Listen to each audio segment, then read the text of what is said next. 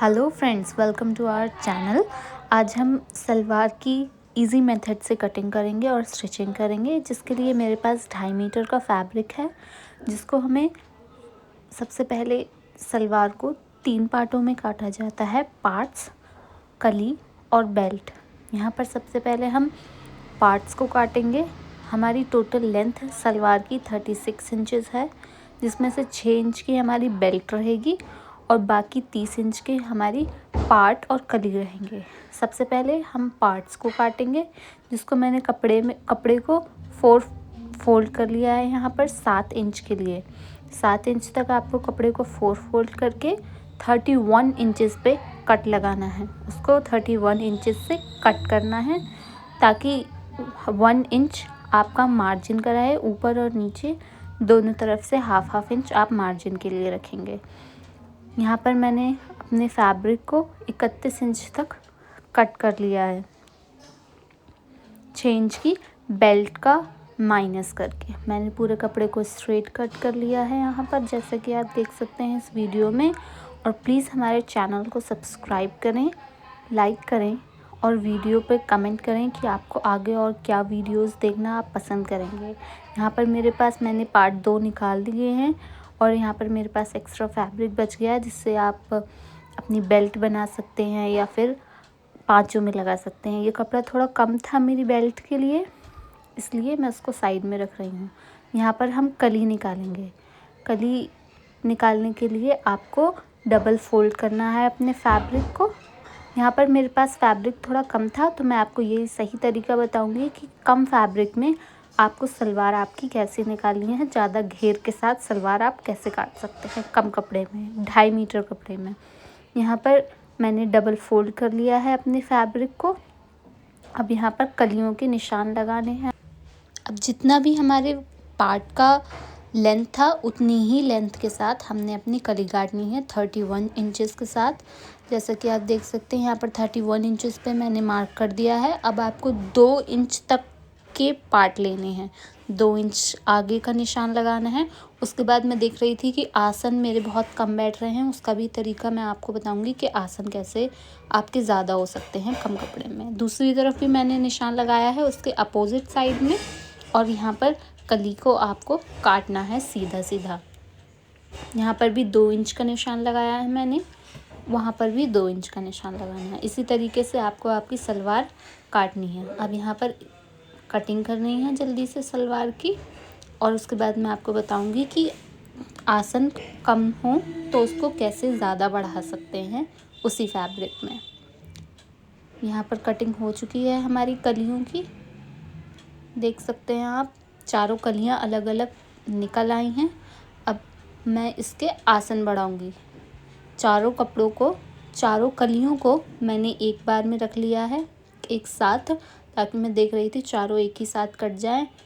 और यहाँ पर आसन बहुत कम थे, आई गेस 5 इंच तक थे। मुझे चाहिए थे ज़्यादा आसन, मुझे 14 इंच के आसन तैयार चाहिए थे, जिसमें से 6 इंच की मैंने बेल्ट माइनस करी है और बाकी जो बचा उसको हमें नाप कर कट कर लेना है वहाँ से। और ऐसे देख सकते हैं आप, आपके आसन बढ़ जाते हैं। यहाँ पर मैंने 8 इंच का ये जो मार्क लगाया था वो काटा है, इससे मेरा 14 इंच का आसन तैयार हो गया। जो फैब्रिक एक्स्ट्रा बचा था कलियों में से, वो मैंने उसके 2 रुमाली काटी हैं। आप चाहें तो स्किप भी कर सकते हैं रुमाली, या चाहे तो पूरी रुमाली के साथ भी लगा सकते हैं। यहाँ पर मैंने रुमाली के साथ लगाए हैं। अब मेरे पास फैब्रिक ख़त्म हो गया था, तो मेरे पास सूट का जो फैब्रिक था उसी की मैंने बेल्ट बनाई है। यहाँ पर मेरी बेल्ट की विड्थ जो थी वो 25 इंचेस थी एक साइड से, मतलब टोटल जो विड्थ थी वो 50 इंचेस। तो उसको मैंने हाफ लिया है 25 इंच पे, उसको मैंने मार्क किया है। और मैं उस लेंथ ले रही हूँ बेल्ट की 8 इंचेस। तैयार बेल्ट हमें 6 इंच की चाहिए, ऊपर नेफा लौटने के लिए और नीचे मार्जिन कलियों के साथ दबाने के लिए हमें हाफ इंच चाहिए होगा। इसलिए ये मैं कटिंग कर रही हूँ इसकी 8 इंच पे, और 25 इंच पे इसकी मैंने विड्थ ली है। आप चाहें तो अपने मेजरमेंट के हिसाब से भी काट कर सकते हैं, या फिर आप ऐसे भी कर सकते हैं। अब यहाँ पर हम स्टिचिंग करेंगे। सबसे पहले मैंने सलवार के बेल्ट की स्टिचिंग की है। आप चाहें तो कलियाँ भी जोड़ सकते हैं, कली और पार्ट को साथ में जोड़ सकते हैं। यहाँ पर मैं नेफ़ा बना रही हूँ जिससे हम अपना नाड़ा डालेंगे। और यहाँ पर मैं 6.5 इंच पे मार्क कर रही हूँ पूरी बेल्ट पे, क्योंकि 1/2 इंच हमें नीचे को दबाने के लिए चाहिए। और ऊपर से जो भी फैब्रिक एक्स्ट्रा बचेगा वो सारा मैं नेफ़े में फ़ोल्ड कर दूँगी। जैसा कि देख सकते हैं आप, मैं स्टिच कर रही हूँ यहाँ पर बेल्ट का नेफ़ा। पूरी बेल्ट को इस तरीके से आपने पलट लेना है। यहाँ पर आप देख सकते हैं बेल्ट हमारी तैयार हो चुकी है। अब हमें कली और पार्ट्स को साथ में जोड़ना है। यहाँ पर मैं मार्क लगा रही हूँ। अपनी बेल्ट को हाफ मतलब आधे का आधा कर रही हूँ, वहीं तक आपको कलियाँ बनानी है, मतलब प्लीट्स बनानी है। यहाँ पर मैं कली को और पार्ट्स को एक साथ जोड़ रही हूँ, रुमाली को सेट कर रही हूँ। जैसे मैं सिलाई कर रही हूँ उसी तरीके से आपको भी डबल टॉप स्टिच लगाकर रुमाली को सिलना है, जिससे वो जल्दी उधड़ेगी नहीं, फटेगी नहीं। डबल टॉप स्टिच आपको लगानी है रुमाली के साइड पे। आप चाहें तो सिंगल स्टिच लगा सकते हैं कली में और पार्ट्स में, बट रुमाली के साइड आपको डबल स्टिच लगानी पड़ेगी। यहाँ पर चारों पल्ले हमारे तैयार हो चुके हैं। ये सब मैंने एक दूसरे में जॉइन कर दिए हैं। अब हमें प्लीट्स डालनी है। पहले हम बैक प्लीट डालेंगे, जिसका मैंने बेल्ट का मैंने बैक पार्ट लेकर बीच वाले निशान पे हम प्लीट्स लगाएंगे। यहाँ पर मैं 4 इंचेस की प्लीट ले रही हूँ, जिससे हमारे उठने बैठने में दिक्कत नहीं होती है, इसलिए ये प्लीट डाली जाती है। हाफ तक हमें ये स्टिच लगानी है, वहीं तक हमारी प्लीट्स बैठेंगी फ्रंट वाली। उससे आगे आपको नहीं जानी है, वरना वो बहुत ज़्यादा ओवर हो जाता है, सलवार नीचे को गिरने लगती है। उससे ज़्यादा कभी भी आपने प्लीट नहीं लगानी है। दूसरी साइड से भी 4 इंच की प्लीट ली है मैंने, और ये मेरी बैक प्लीट्स तैयार हो गई हैं। हाफ तक में मैंने स्टिच लगा दी है और उसको रेडी कर दिया है बैक के पार्ट को। अब फ्रंट के पार्ट में पहले आपने बेल्ट पे 1-1 इंच के निशान लगाने हैं। ध्यान रखिए, उसको काउंट कर लीजिएगा आप पहले कि हमने कितने मार्क्स लगाए हैं, हमारे कितने मार्क्स आ रहे हैं। उसी हिसाब से आप फैब्रिक में निशान लगाएंगे। पहला जो निशान होता है, मार्क होता है, जो आप कली में लगाते हैं, वो 3 इंच का होता है, या मतलब जितने भी आप रखते हैं उससे 1 इंच कम। यहाँ पर मैंने 4.5 इंच तक का मार्क लिया है, प्लीट ली है, क्योंकि मेरा ये 4.5 इंच सही बैठ रहा था निशान के हिसाब से। जितनी मेरी बेल्ट में प्लीट्स आ रही थी, फिर उसी हिसाब से मेरे फैब्रिक उतनी गहराई की मेरी प्लीट डल रही थी। अगर आपको पहले ही गिन लेना है कि आपके फैब्रिक में कितनी प्लीट है और आपकी बेल्ट में कितनी प्लीट्स बन रही हैं। अगर फैब्रिक में प्लीट्स ज़्यादा हैं, कलियों में प्लीट ज़्यादा हैं, तो आपको उसको कम करना पड़ेगा, मतलब प्लीट की गहराई बढ़ानी पड़ेगी अगर आप 1 इंच पे रख रहे हैं तो। अदरवाइज़ आप हाफ इंच पे प्लीट डालेंगे तो आप कितनी भी गहरी या कम गहरी भी प्लीट लगा सकते हैं, वो आपके ऊपर डिपेंड करता है। अगर आप इजी वे में चाहते हैं तो 1-1 इंच पे आपको प्लीट लगानी पड़ेगी, जिससे आपका काम आसान हो जाएगा बहुत। अब यहाँ पर मैंने सारे मार्क्स लगा लिए हैं, सब कुछ गिन लिया है कि मेरी प्लीट्स बिल्कुल ठीक बैठ रही थी। उसके बाद मैं प्लीट्स लगाना स्टार्ट कर रही हूँ 1 इंच की दूरी पे। देख सकते हैं आप कितनी ईजिली मैं यहाँ पर प्लीट्स भर रही हूँ। आपको ध्यान रखना है कि हमेशा अपोजिट साइड में प्लीट्स डलती हैं, वन ऑफ अपोजिट, मतलब दोनों एक दूसरे के अपोजिट जानी चाहिए। बहुत सी मैंने लोगों की सलवारें देखी होती हैं कि एक ही साइड सारी प्लीट्स होती हैं। आपने ये बात का ध्यान रखना है कि आपकी दोनों तरफ की प्लीट्स अपोजिट होनी चाहिए एक दूसरे के। यहाँ पर मेरी सारी प्लीट्स धीरे धीरे कंप्लीट हो रही हैं। देख सकते हैं आप कितनी ईजिली यहाँ पर सारी मेरी प्लीट्स डल चुकी हैं, और ये कितनी ईजिली हमारी सलवार तैयार हो चुकी है ऑलमोस्ट।